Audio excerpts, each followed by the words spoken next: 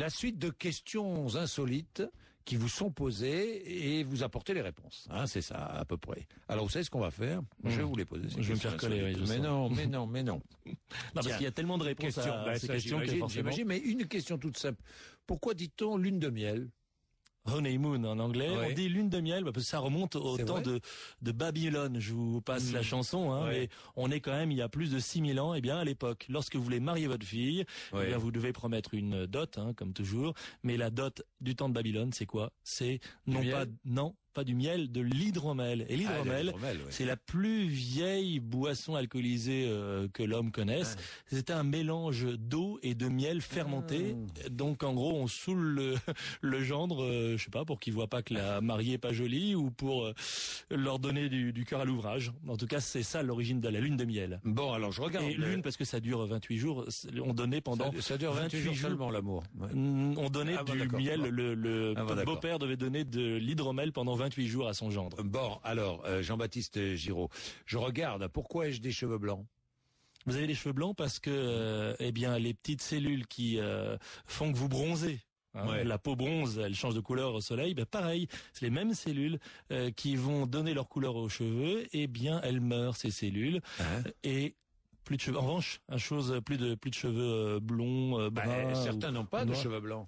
Certains n'ont pas de cheveux blancs parce que ces cellules sont très dynamiques. Et vous savez la légende qui dit que par exemple Marie-Antoinette a eu ses cheveux blancs très vite en une nuit. Ben, ça c'est une pure légende. C'est faux. C'est une pure légende. Toute personne qui dit un instant il a eu ses cheveux qui sont devenus tout blancs. J'ai lu Max Gallo, là il dit des bêtises. Alors Max Gallo. En fait, c'est toujours une question de rapport au temps. C'est-à-dire qu'on pense que c'est en une nuit, mais en fait c'est en quelques jours ou quelques semaines. Quelques jours, quelques semaines. Que tout à coup, les cheveux blanchissent. La racine, et on voit la racine des cheveux qui vient brutalement blanche, et ça surprend beaucoup et ça déconcerte beaucoup. Bon, autre question. Pourquoi est-il interdit de téléphoner avec son téléphone portable dans une station-service? Légende, rumeur, tout ça. Légende, rumeur. Vous pouvez continuer à écouter RMC en mettant de l'essence et vous pouvez aussi téléphoner parce que, honnêtement, s'il y avait une étincelle de 2 cm qui se détachait de votre téléphone mobile lorsque vous êtes en train de téléphoner dans la station-service, ça se saurait. En revanche, vous savez, quand vous descendez de la voiture et que vous prenez une énorme châtaigne, ben là, il y a une vraie belle étincelle qui pourrait mettre le feu à la station-service. Non, c'est une légende, une rumeur.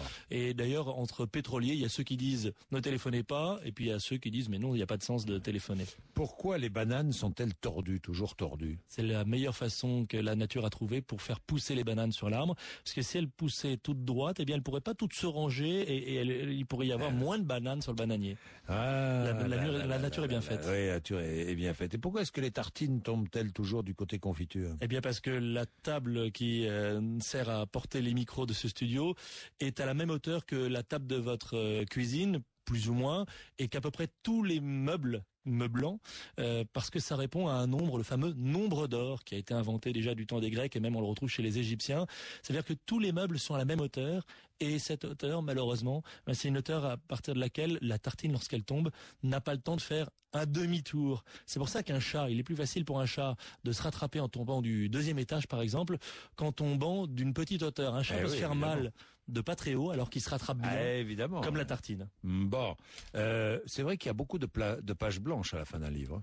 Il y a des pages blanches à la fin d'un livre, non pas pour vous en vendre plus au prix au kilo. Pourquoi? Parce que ça fait pas plus épais, non. C'est simplement une contrainte d'impression. Les journaux pourraient avoir le même problème. On pourrait avoir des pages blanches dans les journaux parce que il faut imprimer toujours par paire. Donc les journaux c'est par 4. Parfois par 8, et les livres, c'est par 8, par 16, par 32, parfois par 64. Donc, on calcule la taille d'un livre en fonction, du nombre de contenus, de pages de contenu qu'on peut mettre à l'intérieur. Et parfois, on tombe pas parfaitement juste. Donc, il y a quelques pages blanches. Et il y a des petits malins qui mettent, vous savez, les pages avec marqué notes. Il y a des pages avec des choses pour écrire dessus. C'est vrai. Jean-Baptiste Giraud, je reçois un coup de fil, je dis allô, pourquoi? Vous dites allô parce que les marins... Pourquoi est-ce qu'on dit allô? Parce que les marins anglais dans la Manche, il y a déjà plus de 150 ans, se disaient hello au loin, et le hello vient du hello, tout simplement. Et on le retrouve dans plein de langues, sauf bien sûr en japonais, où on dit mushi mushi. Mushi mushi. Mais j'ai pas trouvé pourquoi on dit mushi mushi au Japon. Au Japon. Sinon on dit allô un peu partout. On dit allô dans un nombre incalculable de langues, sauf par exemple en italien, on dit pronto. Alors moi je suis pas d'accord avec vous quand vous dites qu'on arrive presque jamais à composter son billet de train du premier coup.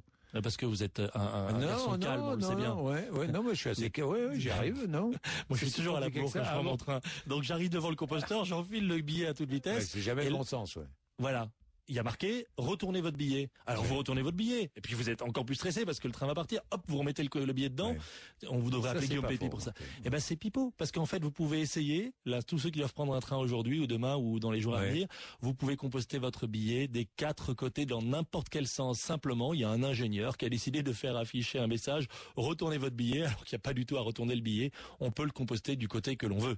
Le seul truc, c'est de le composter lentement. Et pourquoi est-ce que la file de gauche paraît toujours aller plus vite quand on est à droite et la file de droite quand on est à gauche? Ça tombe bien, là, on est sur le périphérique, on peut le voir, là, ça roule bien. Mais là, ça roule bien. En fait, c'est une impression. Parce que vous ne vous posez la question que lorsque votre file va moins vite que l'autre. Mais quand elle va plus vite, vous posez pas la question, vous êtes en train d'écouter Jean-Jacques Bourdin et vous êtes serein. C'est vrai.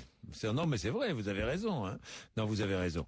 Je sais pas moi, les cheveux frisotent quand il pleut. Alors pourquoi ça? Les cheveux frisotent quand il pleut parce que c'est une réaction en fait à l'humidité. N'importe quel cheveu, n'importe quel poil réagit de la même manière à l'humidité. Il y a des cheveux qui frisotent plus que les autres et mauvaise nouvelle, enfin plutôt bonne pour nous, on est tous les deux bruns, les blonds et les blondes réagissent plus à l'humidité que les bruns ou les brunes. Donc on a en moins cet avantage-là, on frise moins. Pourquoi est-ce qu'on se met parfois sur son 31 quand on veut sortir? Alors ça c'est une belle histoire le 31 parce qu'il y a plein de réponses possibles, il n'y en a pas une définitive. Allez, je vous donne la réponse et puis je vous donne les versions intermédiaires. Entre le 12e et le 16e siècle, lorsque on est à la cour, eh bien, on se fait beau et on enfile un vêtement qui s'appelle le trentin. Et le trentin, c'est un vêtement qui est composé, qui est tissé très très serré parce qu'un beau vêtement, comme votre veste par exemple, une belle veste, eh bien, c'est une veste avec plus de fils qu'une veste de qualité moyenne, voire médiocre. Eh bien, entre le 12e et le 16e siècle, le vêtement de luxe, c'est le trentin parce qu'il y a 3000 fils au centimètre carré. Ça c'est la version la plus probable. Mais il y a plein de versions intermédiaires. Par exemple, en Prusse, eh bien, on fêtait au siècle dernier le 31. Pourquoi? Dans les casernes. Pourquoi? Parce que le 31, c'était double solde. On était mieux payé lorsqu'on était soldat. Et donc, on faisait la fête 7 fois par an pour fêter le fait qu'on allait être mieux payé. Et il y a comme ça pour plein de réponses, plein de questions plutôt, plein de réponses différentes et insolites. Quelle est la différence entre une avenue et un boulevard? Parce que ça, j'ai jamais compris. Pourquoi? Alors, c'est un piège. Je travaille de mémoire, mais en gros, entre l'avenue, le boulevard, par exemple, de mémoire, le boulevard, c'est ce qui a été construit sur des fortifications. Il est en train de regarder le livre, il vérifie si j'ai raison.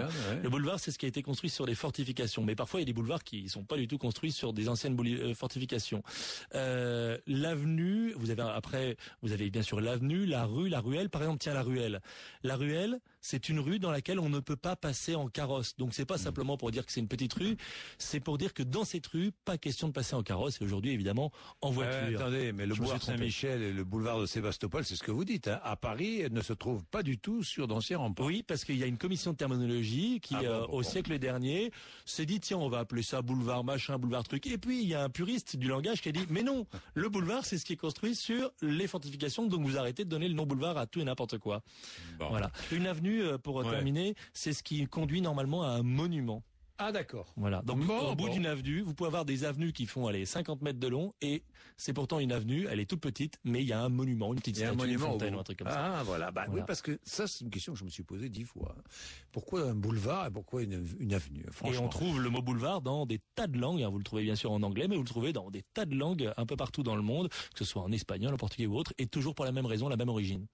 Pourquoi les bois ont-ils des serres? Jean-Baptiste Giraud, aux éditions du Moment.